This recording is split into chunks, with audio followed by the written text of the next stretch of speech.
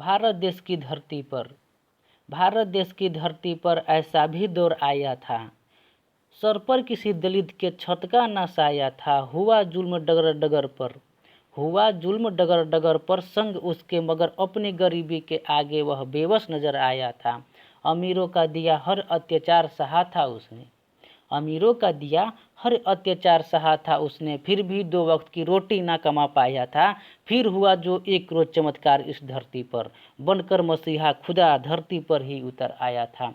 नमस्कार दोस्तों, स्वागत है आपके अपने YouTube channel Eklavya teaching centre 1.2 पर। तो दोस्तों, आप इस कविता के माध्यम से आप समझ पा गए होंगे कि मैं किनका चर्चा करने वाला हूँ। तो दोस्तों, आज के एपिसोड में आज हम लोग एक ऐसे महान व्यक्ति के बारे में चर्चा करने जा रहे हैं जिनका नाम सुनते ही हाथ अपने आप सैल्यूट के लिए उठ जाता है, जिनका नाम सुनते ही सर आदर के साथ झुक जाता है, जिनका नाम सुनते ही पूरे विश्व के लोग शिक्षा के अपार सागर में डूब जाता है। दोस्तों, जिनका नाम है सिंबल ऑफ नॉलेज, ज्ञान का प्रतीक, गरीबों का मसीहा, माताएं बहनों की आन मान सम्मान दिलाने वाले डॉक्टर भीमराव अंबेडकर। दोस्तों, डॉक्टर भीमराव अंबेडकर की आज जयंती है। आप सभी को आपके अपने YouTube channel Eklavya teaching centre की तरफ से बाबा साहब की जयंती पर मैं आप सभी को हार्दिक अभिनंदन एवं हार्दिक जोहार करता हूं। दोस्तों, आज के एपिसोड में आज हम लोग बाबा साहब की जो मुख्य बातें हैं इनके बारे में आज हम लोग चर्चा करेंगे। लेकिन सबसे पहले मैं आपको बता देना चाहता हूं कि आज का दिन हमारे छात्रों ने ही प्रश्न किया है। ये प्रश्न मैं आपको वीडियो के माध्यम से मैं दिखाना चाहता हूँ। ये प्रश्न क्या क्या पूछा गया है और मैं वीडियो के माध्यम से ही मैं आपको इसका उत्तर देने का प्रयास करूँगा। तो ये आप यहाँ स्क्रीन पर देख पा रहे होंगे। पहला प्रश्न है कि 14 अप्रैल 1891 को कौन सा महापुरुष का जन्म हुआ था। तो दोस्तों, आपको पता है कि 14 अप्रैल 1891 ईस्वी को डॉक्टर भीमराव अंबेडकर को जन्म हुआ था। दोस्तों, मैं आपको इनका बारे में मैं आपको थोड़ा सा बेसिक नॉलेज में बता देना चाहता हूँ कि अगर बाबा साहब अगर हमारे देश में अगर नहीं होते तो आज हम आपके सामने यहाँ पे नहीं होते। आप जो कहीं पे काम कर रहे होंगे, आप भी उस काम पर नहीं वहाँ पे होते। दोस्तों, जो भी कुछ दिया है दोस्तों बाबा साहब का दिया हुआ है, इसीलिए मैं बाबा साहब को सत नमन करता हूं और मुझे गर्व भी है कि मैं ऐसे महान भारत में जन्म लिया हूं। तो दोस्तों, आप यहाँ पे सेकेंड प्रश्न देख पा रहे होंगे, वे इतना महान कैसे हो गए। दोस्तों, सेकेंड प्रश्न तो बहुत खतरनाक प्रश्न इन्होंने पूछा है कि वे इतना महान कैसे हो गए। तो दोस्तों, मैं आपको बता देना चाहता हूं कि महान होने के लिए सबसे पहला मूल कर्तव्य बनता है संघर्ष। अगर आपके पास संघर्ष है तो आप महान बन सकते हैं। आपको दिन रात संघर्ष करना पड़ेगा। दोस्तों, बाबा साहब इसलिए इतना महान बन गए क्योंकि बाबा साहब दिन रात ही मेहनत किया करते थे दोस्तों, इसीलिए महान बन गए। ये तो पहला है कि आपको संघर्ष नहीं छोड़ना है दोस्तों। कितना हो भी आपको गरीबी स्थिति आ जाए, कितना हो भी दुख आ जाए, लेकिन आपको संघर्ष नहीं छोड़ना है। ये तो पहला है। सेकेंड पार्ट में इसी में आता है कि वे महान इसलिए बने दोस्तों क्योंकि उनके पास कोई दोस्त नहीं था। दोस्त अगर जिनके पास होता है दोस्तों, वो कभी महान नहीं बनने पाएंगे। तो आप मेरा विरोध कीजिएगा कि दोस्त तो मेरा भी है, हम तो कुछ कर लिए हैं। देखिए दोस्तों, मैं ऐसा दोस्त की बात नहीं कर रहा हूँ जो आपका हेल्प करता हूँ। मैं ऐसा दोस्त का मैं विरोध करता हूँ जो आपको पढ़ने में या कुछ आपका जो लक्ष्य है उसको मैं आपको बाधित करता हो। वो ऐसा दोस्त को आपको छोड़ना पड़ेगा। अगर आप ऐसे दोस्त को छोड़ देते हैं तो आप 2 साल के अंदर में कुछ ना कुछ जरूर कीजिएगा। इसीलिए अपने दोस्तों से दूर रहिए। दोस्तों, बाबा साहब इतना महान इसलिए बने क्योंकि उनके पास दोस्त नहीं थे। सेकेंड आप यहाँ पे तो पढ़ चुके हैं। थर्ड प्रश्न है, आप यहाँ पे देख पा रहे होंगे। थर्ड प्रश्न इन्होंने पूछा है कि क्या हम उनको भारत माता के वीर सपूत का उपाधि दे सकते हैं। क्या हम उनको भारत माता की वीर सपूत का उपाधि दे सकते हैं?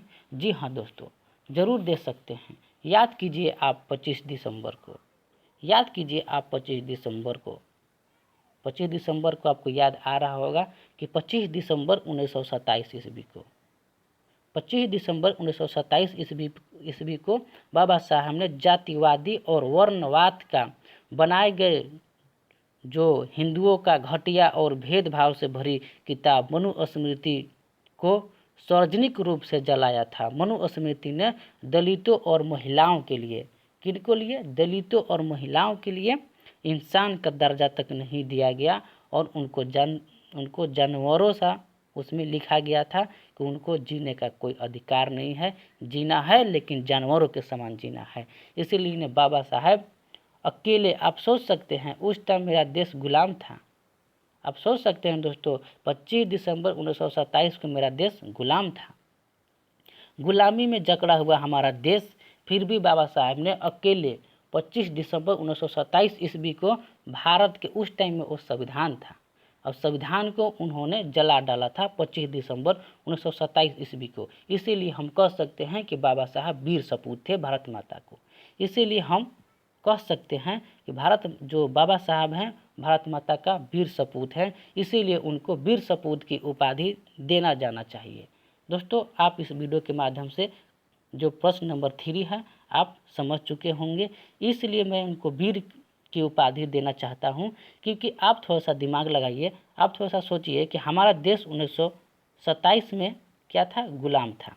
और गुलाम देखिए अंग्रेजों से भी था और साथ साथ में और भी गुलाम था, वो था पखंडवादी से भी हमारा जो देश था वो गुलाम था। फिर भी उन्होंने, बाबा साहब ने किसी से भी नहीं डरा और भारत का संविधान उस टाइम में मनुस्मृति था, उसको जला डाला। इसीलिए मैं उनको वीर का उपाधि दे सकता हूँ। नेक्स्ट प्रश्न है, क्या वे भगवान हैं? बहुत खतरनाक प्रश्न पूछा है आपने। क्या वे भगवान हैं? तो दोस्तों हाँ, भगवान हैं। मैं मानता हूँ कि वे भगवान हैं। इसका विरोध करने के लिए मुझे याद है कि मेरे ही गांव में कुछ इनके बारे में चर्चा हो रही थी और किसी ने व्यक्ति बोल दिया था कि बाबा साहब भगवान हैं, उनका विरोध कर दिया था कि बाबा साहब इंसान हैं, उनको इंसान ही रहने दो, भगवान की उपाधि मत दो। तो मैं उनको बताना चाहता हूं दोस्तों कि बाबा साहब भगवान हैं, भगवान रहेंगे। दोस्तों, मैं आपको बताना चाहता हूं कि भगवान आप भी बन सकते हैं, भगवान आप भी बन सकते हैं। दोस्तों, भगवान आप भी बन सकते हैं। कैसे बनिएगा? भगवान आप भी बन सकते हैं।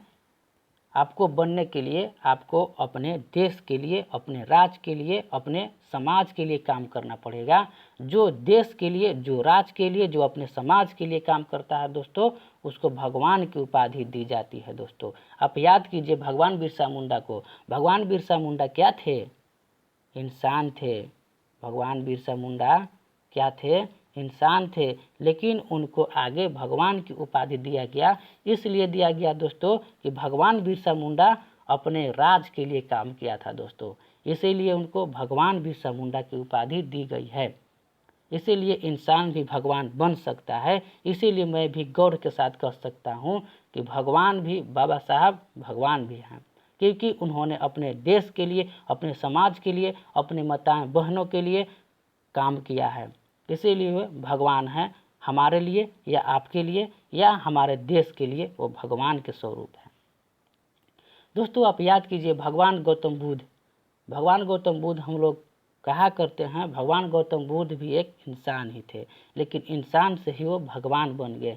इसीलिए अगर आप भी चाहते हैं भगवान बनने के लिए तो बन सकते हैं, लेकिन आपको देश के लिए और समाज के लिए और अपने गांव के लिए आपको काम करना पड़ेगा। इसीलिए इसी कारण आप भगवान बन सकते हैं, अन्यथा भगवान नहीं बन सकते हैं कभी भी। इसीलिए मैं गौरव के साथ कह सकता हूं कि डॉक्टर भीमराव अंबेडकर हमारे लिए और हमारे देश के लिए भगवान ही थे। लास्ट प्रश्न आप यहाँ पे देख पा रहे होंगे। लास्ट प्रश्न है कि कौन वैसे नेता हैं जिनका बेटा बिना कफन के दफन हो गया? दोस्तों, कौन ऐसा नेता है जिनका बेटा जो है बिना कफन के दफन हो गया है? दोस्तों, वो है बाबा साहब का बेटा जो बिना कफन के दफन हो गया था। दोस्तों, मैं आपको याद दिलाना चाहता हूँ, याद कीजिए 7 सितंबर को, याद कीजिए 7 सितंबर 1931 को, 1931 ईस्वी को, 7 सितंबर 1931 को बाबा साहब को द्वितीय गोलमेज सम्मेलन में जाना था, दूसरा गोलमेज सम्मेलन में जाना था, अपने देश के लिए, अपने माताएं बहनों एवं गरीब मजदूर भाइयों की आवाज़ बनकर जाना था। लेकिन बाबा साहब का उस दिन पुत्र 6 दिसंबर 1931 को ही दम तोड़ दिया था, अपने गरीबी के कारण और अपने बीमारी के कारण। लेकिन बाबा साहब ने अपने बेटों को, पार्थिव शरीर को छोड़कर उन्होंने कहा था कि मैं एक बेटे के लिए मैं 1000 करोड़ बेटों को मैं 1000 करोड़ बेटों को मौत के मुंह में मैं नहीं झोंक सकता हूँ। इसीलिए बाबा साहब का जो बेटा थे, उस टाइम बाबा साहब भी उतना कोई खास पैसा वाला व्यक्ति नहीं थे, इसीलिए उनके पास पैसे नहीं थे, इसीलिए उनके जो बेटे हैं बिना कफन के दफन हो गए थे। लेकिन बाबा साहब ने उस दिन 1931 के दिन ही उस टाइम ने बहुत रोया था और अपने देश के लिए, अपने माताएं बहनों के लिए, अपने समाज के लिए दोस्तों गोलमेज सम्मेलन यानी द्वितीय गोलमेज सम्मेलन में भाग लिया था और अपने देश के लिए और माताएं बहनों के लिए आवाज़ बनकर वहाँ पे अपने देश के लिए काम किया था। दोस्तों, आपको यह वीडियो बहुत अच्छा लगा होगा, मैं उम्मीद करता हूँ। मिलते हैं नेक्स्ट वीडियो में दोस्तों। जय हिंद, जय भीम।